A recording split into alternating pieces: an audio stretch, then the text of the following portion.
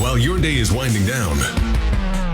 They're just getting started. This is South Coast Tonight with Chris McCarthy and Marcus Farrow. They've got you covered on all the news of the day, from local issues to politics on both sides of the aisle. This is the place where the movers and shakers come to be heard, to listen, and where they're held accountable. This is South Coast Tonight on WBSM.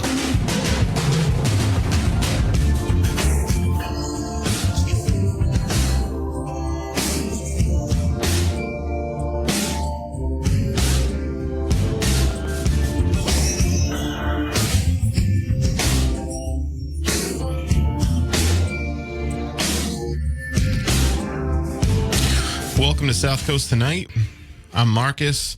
Chris will be back tomorrow, but I'm joined by I got a lot of guests today, actually.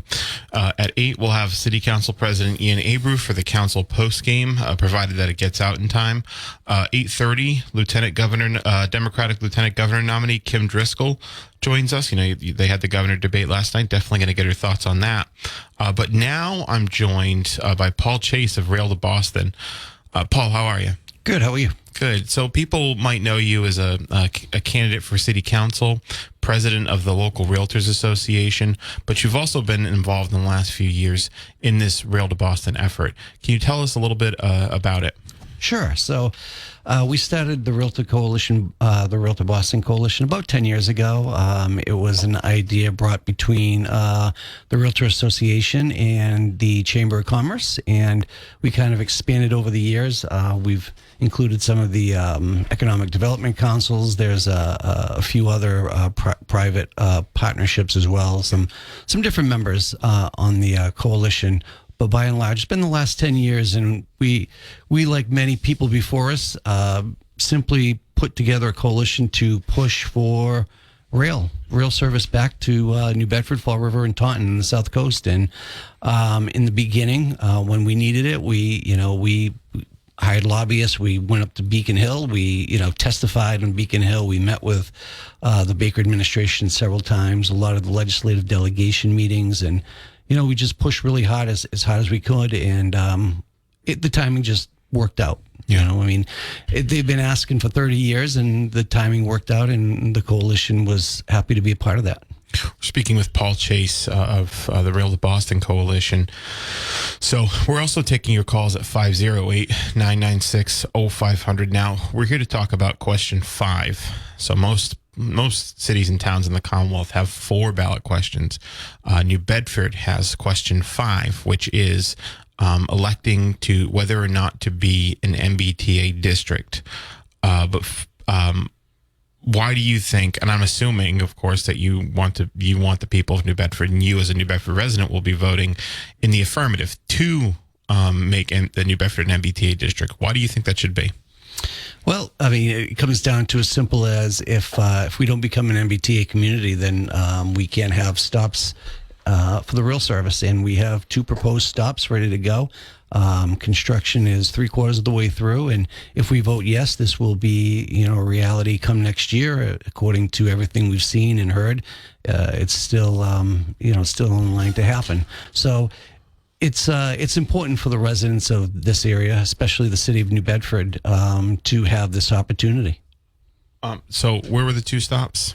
The stops are at Church Street and the Wheels Tooth, which is where the ferry parking is. Over by downtown. Yeah. And you said that the people of New Bedford should have this opportunity. Why? Well, so this is a reestablishment of rail. We had rail a long time ago. It was taken away, and we in this city, along with Fall River and Taunton, are the only major cities 50 miles of Boston that don't have commuter rail. And like I often tell people, there's a lot of good that comes out of rail. There's employment opportunities. There's opportunities for kids in college. We have great colleges down here. We have a good South Coast health system down here, but there are other opportunities for people, and there are a lot of people that don't have reliable transportation to get to those opportunities. So to have that available for the residents of the city, I think are important. And then you've got tourism, which, comes back to us as well. people coming from Boston down here to spend a day down here. In the last 10 years, I'll tell you, in the last 10 years, I've heard so many stories of people both going both ways. People, just one example. So about 7 years ago, I had a young lady come up to me. She was finishing up high school, and she said, I wish we had the rail right now. I had an opportunity to be an intern at MIT, and I turned it down. I have no transportation to get up there. Wow. I would have taken that transportation. Yeah. And it's stories like that you hear that make you realize there are opportunities out there for people if they had them. Yeah. I was talking to a couple weeks ago. We had Mike Rodricks on, the Senate chairman of Ways and Means. He said he had someone on his staff who lives in Boston with their partner, but it's cost prohibitive at the moment, and so they're looking for other places, to live and other places to work. And he said, "Well, why don't you move to Fall River?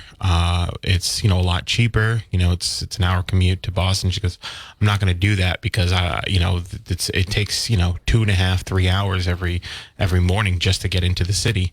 And so then he said, "Well, we'll get the rail." He goes, "If you get the rail, I'll move to Fall River. I'll stay on your staff." So it really is precluding the lack of transportation, the lack of rail transport, and the bottlenecking at Route 24 is really keeping people from economic opportunity. Sure, absolutely, and it's job opportunity, but like I said, it's also college opportunity.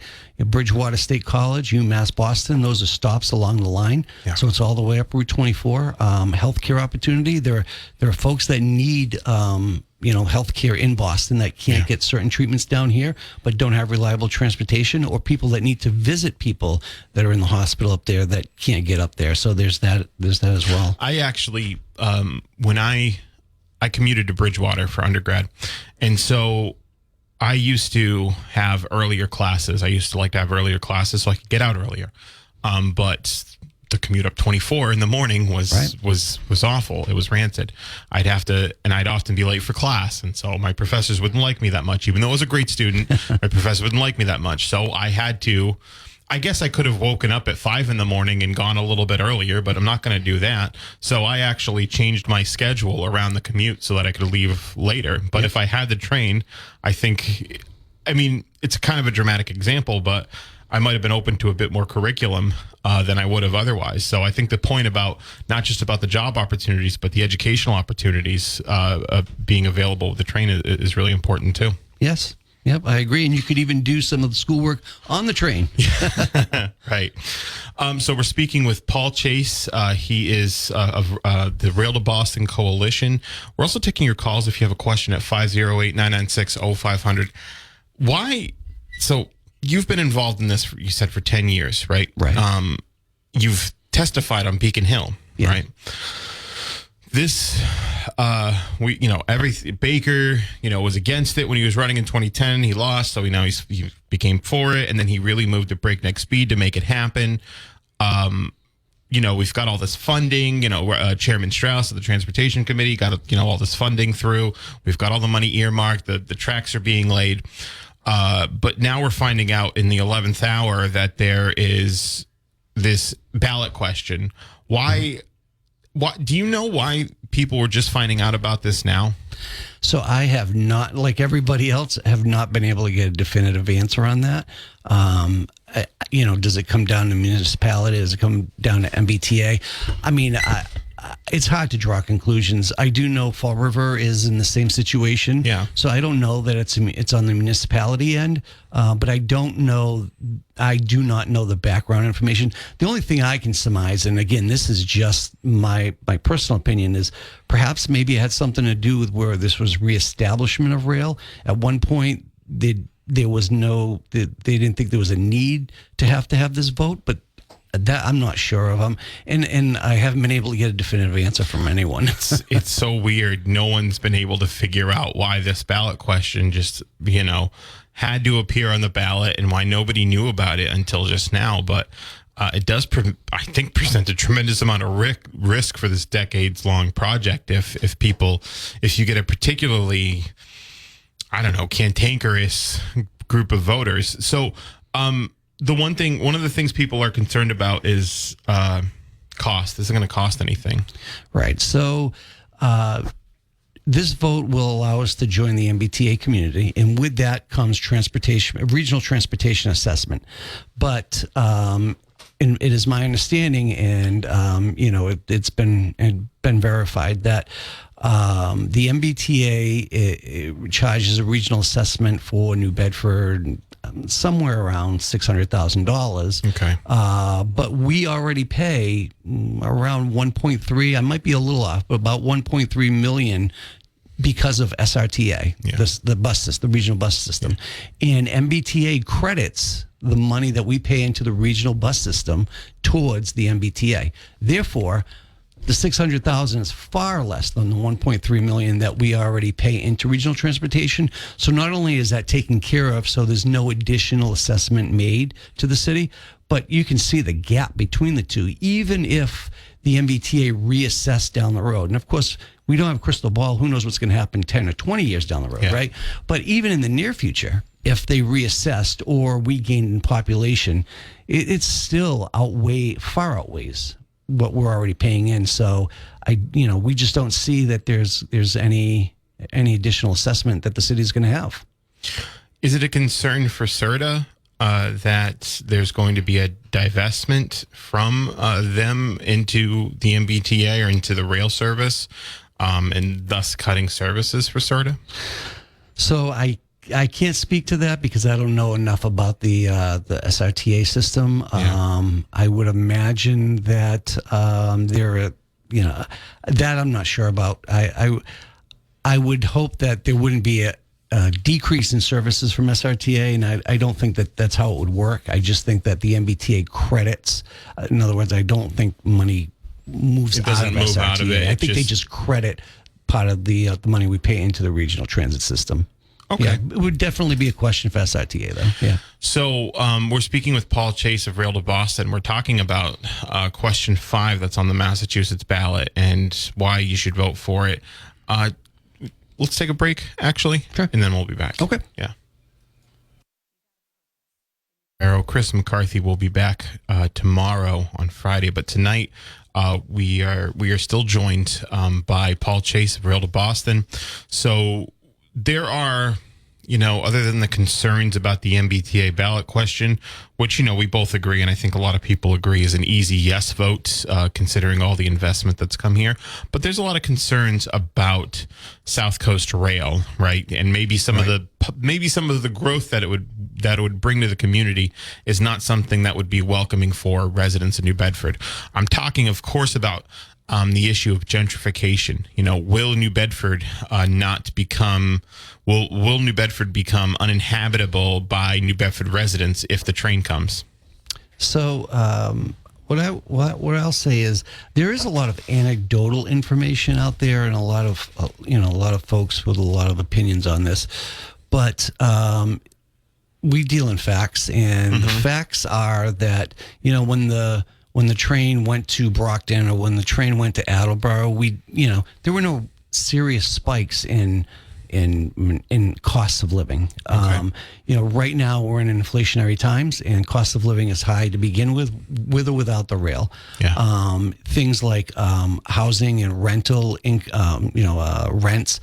That to me is a product of housing inventory, which is obviously a topic for a different day, but completely separate conversation. Yeah, but housing inventory is a real problem, not only around here but all over the state of Massachusetts. Yeah. That doesn't have to do with rail.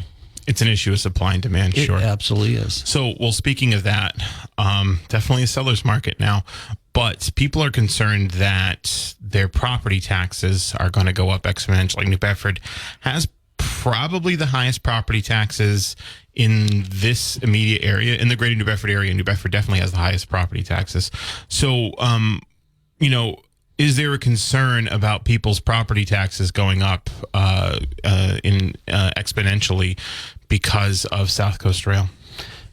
Not that I'm aware of. So property taxes, they go up. They go up every year. I've been paying higher property taxes every year. Mm-hmm. But when it comes to trying to tie that to rail, here's the thing. when it comes to property taxes in the city, you're taxed on your assessed value, not your market value. So if the market goes up for your property, you decide to sell it in 5 years, and there's a bump in the property value because of rail. And by the way, that's, within a certain distance too, the greater value. That doesn't mean your taxes go up because of that market value. You're taxed on your assessed value, not your market value. So in other words, like for me, the market value of my house could be almost $200,000 more than what I'm actually paying taxes on. Yeah. So what's so can you explain for people like the difference between the assessed the assessed value and the market value? So market value is when you go to sell a house, like you said, supply and demand, right? Yeah. Right now we're in a seller's market. So I can get a lot more for my house right now if I sell it. It'll probably be that way for several years to come because we don't have inventory. But what I'm taxed on is the assessed value, which is the structure of the building, the contents, how much land I have, if it's renovated. Believe it or not, there's more of a concern of renovating your house and being taxed more because you're putting improvements into your property than you are on the market value side of rail. So that's how assessed taxes work. It's not because I can sell it for more. So we're speaking with Paul Chasse of Rail to Boston. What are some of the other concerns people have with SouthCoast Rail, and why do you think they're not concerns?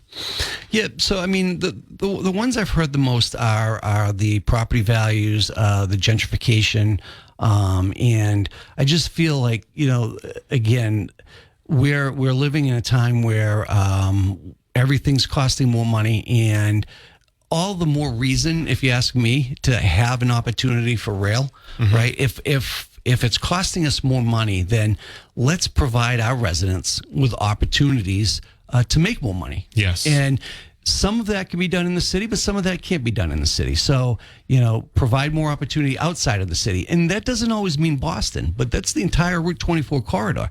I mean, there are people... there are tradespeople that can jump on the rail and do in Lakeville to go up to Brockton or go up to Braintree, right? They don't necessarily go all the way into Boston.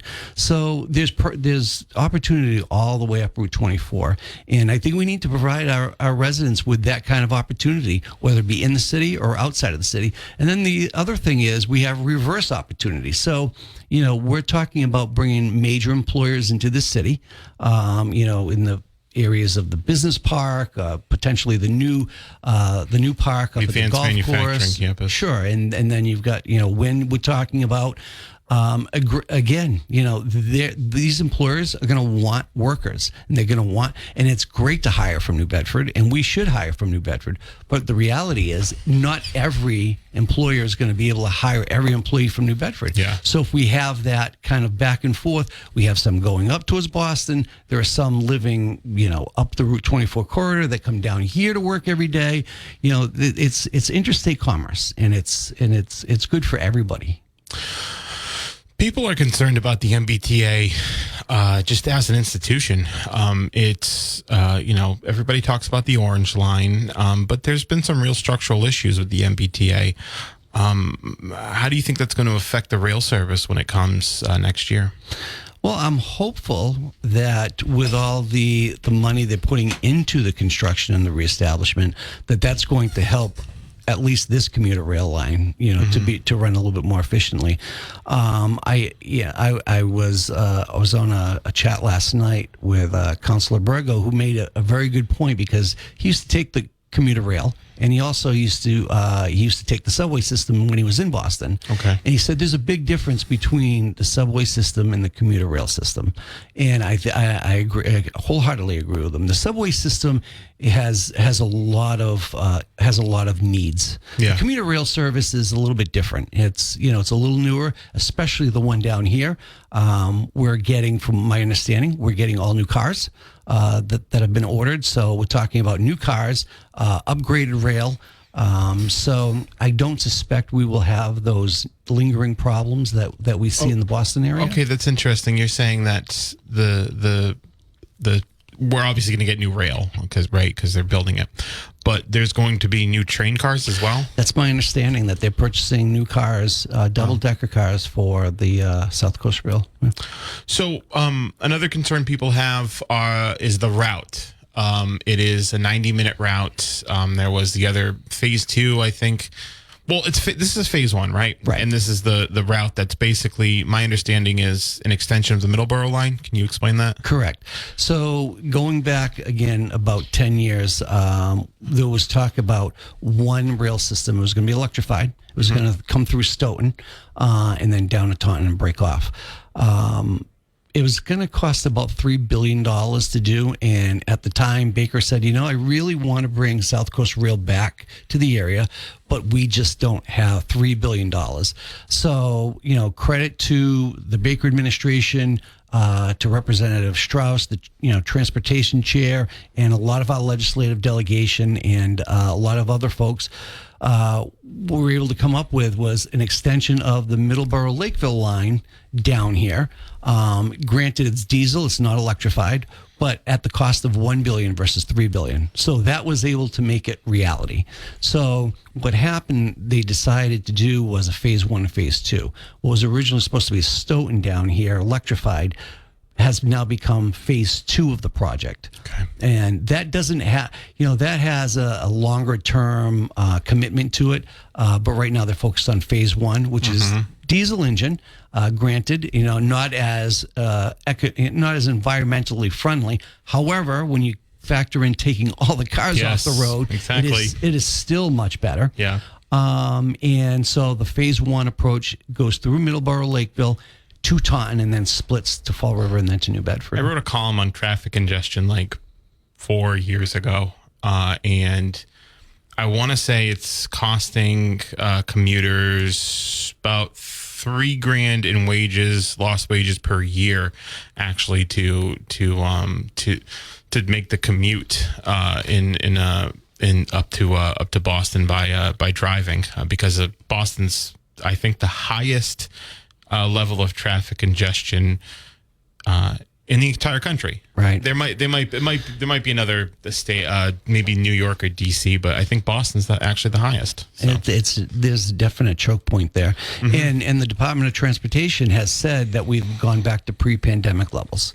So despite the fact that everybody's working from home, more and more folks are being required to at least go back a few days a week. And if you drive up to Boston, you see it. My son works in Boston. He goes a couple times a week. I just asked him the other day, how long did it take you in the morning? 2 hours and 10 minutes. Yeah. Well, there you go. I mean, it's still only a 90-minute commute on the rail. And that's the other thing I'd like to address. People say, well, who's going to take a rail for 90 minutes? Well, first of all, rail's been going from Worcester to Boston for years, and guess what? Those cars are packed. Yeah. That's a 90-minute commute. Yeah.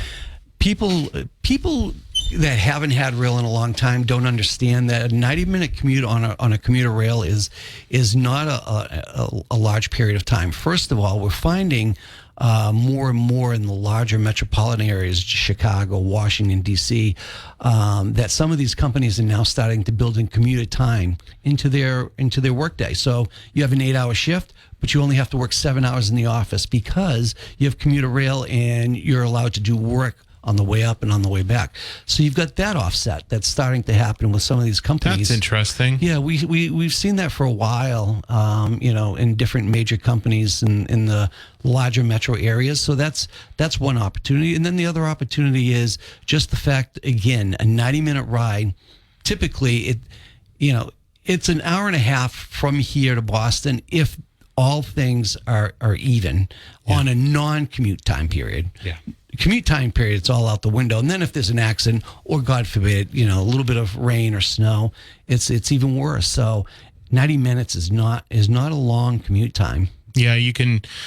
I mean, I used to, when I was practicing, I had a couple cases up in Middlesex County courthouse, and I had some at that massive courthouse in Boston that gave me a lot of anxiety. Oh my God, it was so big. There's so many people.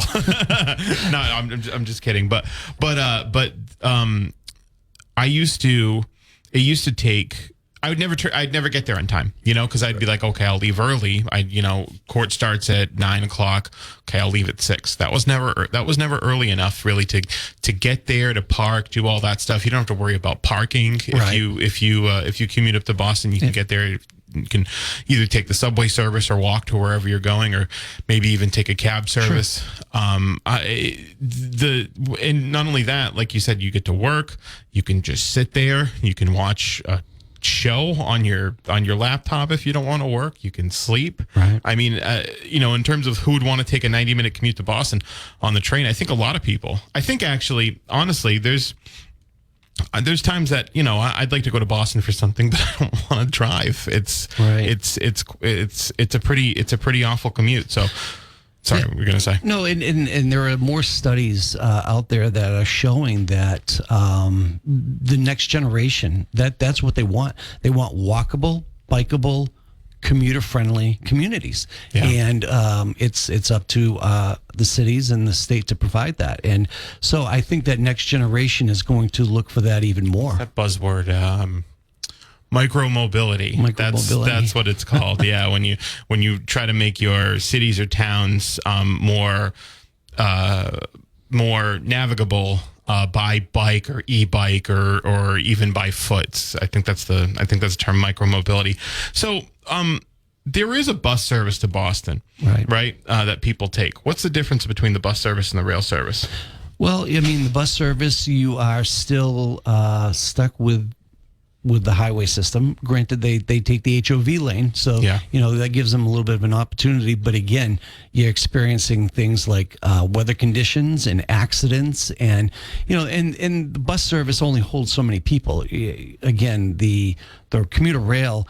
Actually, I think there's almost 350 parking spots slated for Church Street and around 300 for the Whales Tooth. That's a lot of opportunity for people to commute up and back, and not just during peak commute times, but other times of the day as well. Yeah. I mean, the bus service just simply doesn't have that kind of capacity.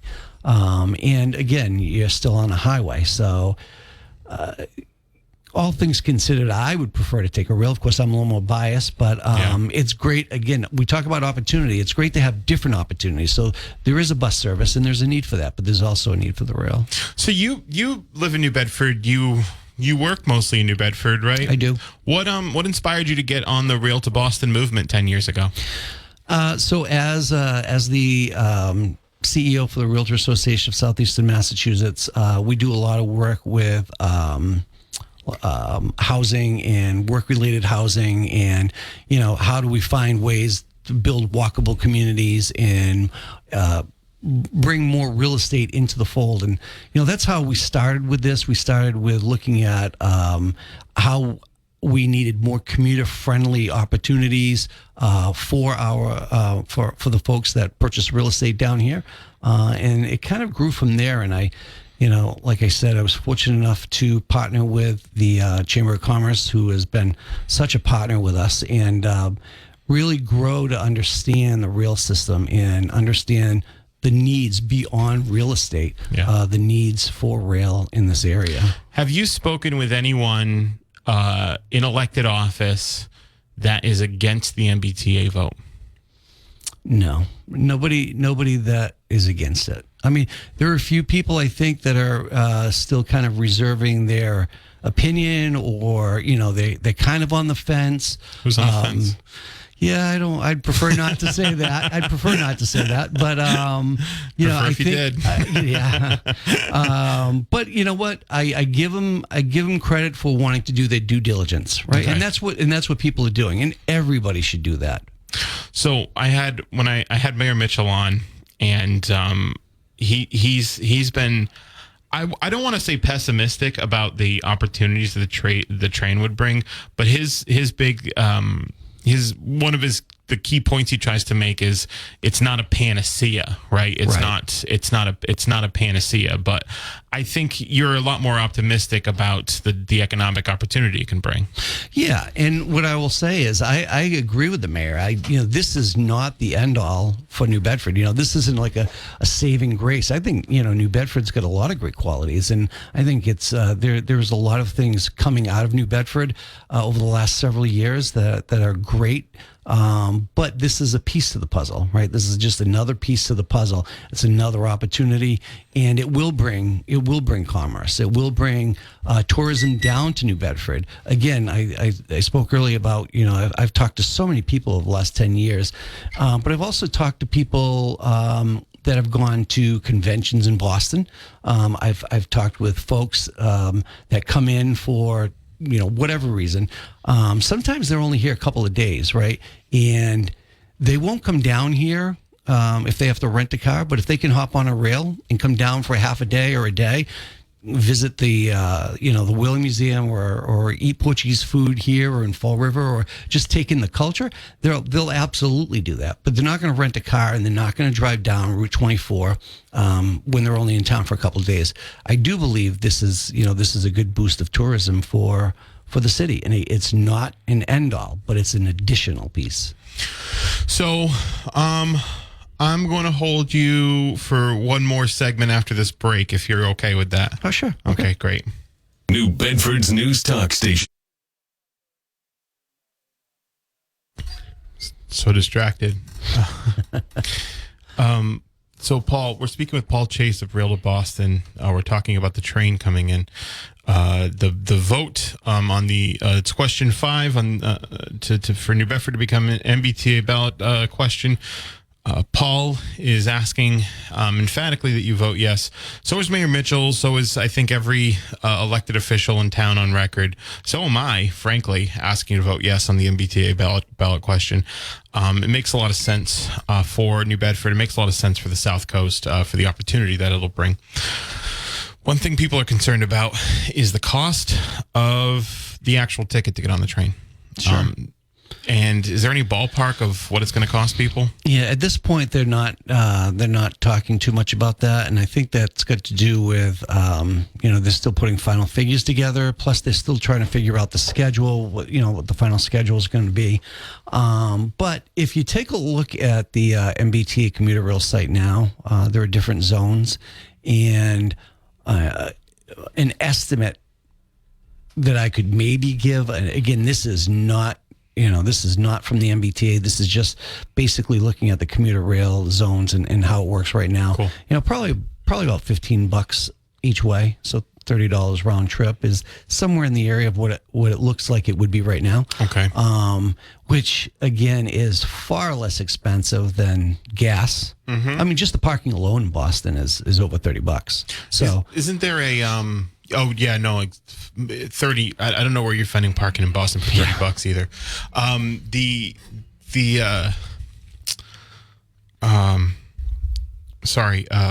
There's got to be some type of deal you can get with the MBTA too. So there is also a monthly pass. Yeah. Yep. There is a monthly pass, and there's also discounts for different people. So I want to say this is some type of senior discount. Children right now, children 11 and under, do not pay at all if they're with an adult, a paying adult. If they're not with an adult, what are they doing? They should not be on the rail at 9. So there's that. There are I think there's some student discounts when you purchase through like the college campuses, right? Okay. And there are a lot of opportunities for companies, like for instance, my son's company offers him an opportunity where it's a discounted rate if he purchases a monthly pass through the company discounts his rate. And I'm not sure if that's a deal they have with the MBTA or if that's part of the benefit that he gets being with that company. But there's also, I see on the MBTA that they do have these types of company discounts as well. So there are a lot of discounts on top of the fact, again, that it's $15 each way. Yeah, sounds pretty good. I mean, if you want to go to Boston for the day, I don't know, go see the Isabella Stewart Gardner, something like that, or go catch a Red Sox game. That's $30, right, to get up there, which, again, you said, like, price of gas, your time in general, your general happiness of not having to deal with the traffic congestion. That's pretty good. And if you want to go a commute every day, there are all kinds of opportunities to get a discounted rate and right up to the T. Right. And weekends are even less expensive. So after this rail comes, what is going to be the role or the function of Rail to Boston? Once this happens, Yeah. that's And by the way, when is it going to happen?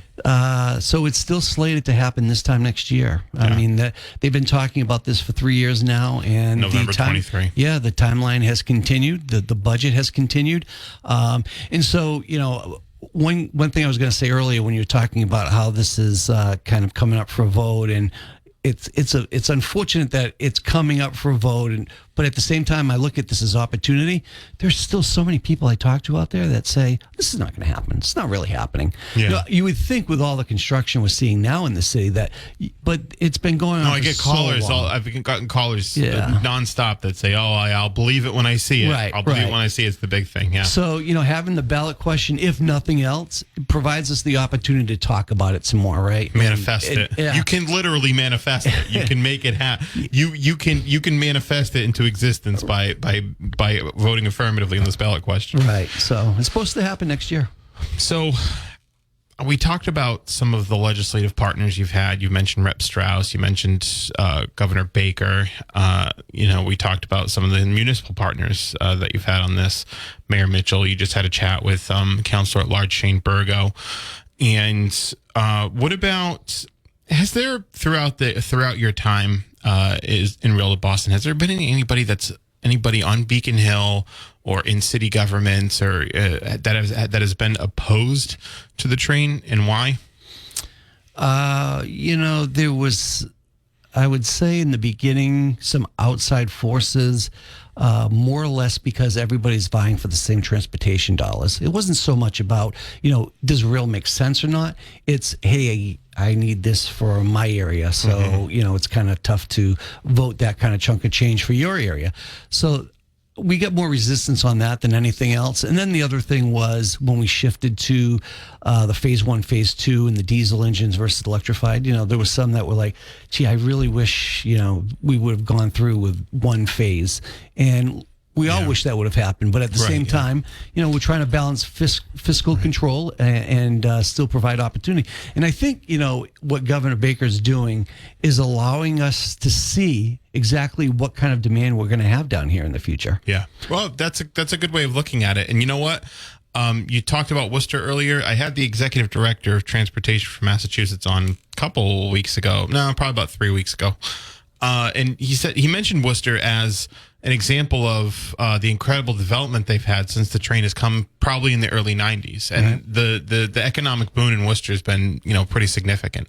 So, I think it's definitely going to bring a lot of opportunity here to the South Coast. And we hope everybody that votes affirmatively to keep the to make New Bedford an MBTA district. That's ballot question 5. You got to vote yes on ballot question 5. That's what Paul Chasse is asking you to do. That's what Mayor Mitchell's asking you to do. That's what I'm asking you to do in November, on November 8th, or if you want to vote early, or if you want to vote by mail, however you want to vote, do it and vote yes on question 5. Paul, I appreciate you coming on. I think we've had a lot of important discussion on this, and we'll probably have more important discussions on this in the future. Before I let you go, where can people go to learn more about Rail to Boston, more about the work you're doing? Sure. So we have a website, www.rail2boston.com. It also has a link to the MBTA work that's being done, because you can keep updated on the MBTA work. We're also on Facebook, Rail to Boston. Cool. So you can reach out to us. We do have lawn signs if someone wants to connect with us on the website. Oh, that's important, actually. So what, like a yes on 5 lawn sign? Yeah, we got yes for rail. Yes for rail? Yes. Oh, that's excellent. Yeah, so if, again, go to realtoboston.com. We have our contact information, or reach out to us on Facebook. And if you live in New Bedford or Fall River, we can get you a lawn sign. We'll put it up. We'd be happy to do that. RailToBoston.com. You can get a lawn sign. There you go. Go support Rail. Paul Chasse, Rail to Boston. Thank you for coming on. I appreciate it. Appreciate it. Here's what's happening this week on. Hey, welcome back to South Coast Tonight. I'm Marcus. Chris will be back tomorrow, but we've got. So coming up, we have. So you're going to have council post game with Council President Abreu. I think the city council meeting's running a little bit late. Maybe we can get them later. But in the next hour, I do want to talk about the debate yesterday. You might have heard me talking about it on Barry's show with Ken Pittman earlier today, but I want to talk about it a little bit more. And then at 8:30, I'm going to have Democratic Lieutenant Governor nominee Kim Driscoll. I've had her on the show a couple times. She's the mayor of Salem. She is the lieutenant governor nominee for on that ticket, the Healy Driscoll ticket, and very likely going to be the next lieutenant governor of the Commonwealth. So she's always good to have on, and we'll talk. We'll get her reaction to the debate last night, and she was recently in New Bedford just last week. So. Over this last weekend. So we'll get her, thoughts on New Bedford, coming to New Bedford, what it was like. And we'll take your calls in the next half hour. I'll definitely take some calls if you got any opinions on the debate or anything else that's really going on. And then I do actually have an announcement on a debate here on South Coast tonight, another debate that we're going to moderate for another high-profile race. At 9 o'clock, I'll make that announcement. So stay